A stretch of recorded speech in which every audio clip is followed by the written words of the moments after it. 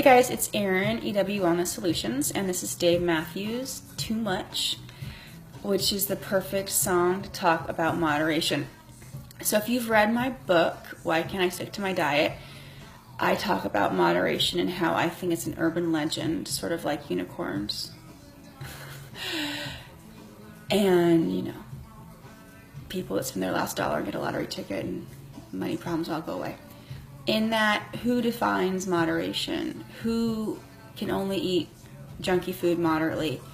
Oprah says she can. I don't know. I don't know her, but I have a suspicion. Let me tell you what I do know. So when we eat foods that are known hormone disruptors, they are sugar, artificial sweetener, flour, processed food, any of those sort of things, our body is unhappy. They don't want this stuff. So even a moderate amount is enough to upset your GI tract, your skin, your teeth, everything else. So even a moderate amount of inflammation is too much. Because you know what? Disease comes from inflammation. Exactly. You know what else is inflammation? Is stress. So even a moderate amount of it is just too much. So when people tell me, oh, I eat in moderation, I get worried because A, why are you inviting that stuff into your house, meaning your body? And B, what is moderate? Is moderate, I starve Monday through Thursday and it's a free-for-all Friday to Sunday night? Because that used to be my moderate. I don't know, it was. And that's what everybody said was fine, right? So it really is a very slippery slope.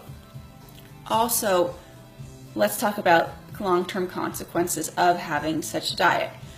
So there's this sort of fake idea that if you're naturally thin when you're younger, that you never have to worry about what you eat. I remember thinking this because I had friends that were that way. Now, you might not have to, quote unquote, watch your weight when you're younger because you can get away with it, or so it seems.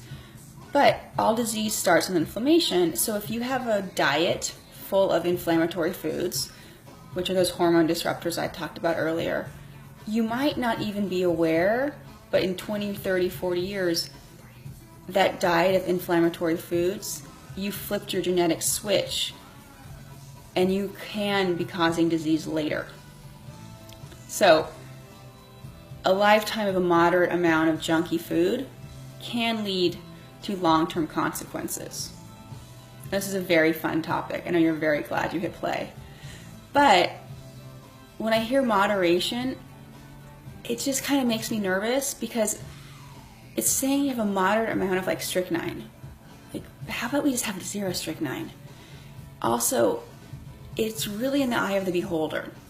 So I just don't even go near that stuff anymore for a lot of reasons. But whenever people say they eat junk food moderately or whatever Oprah says,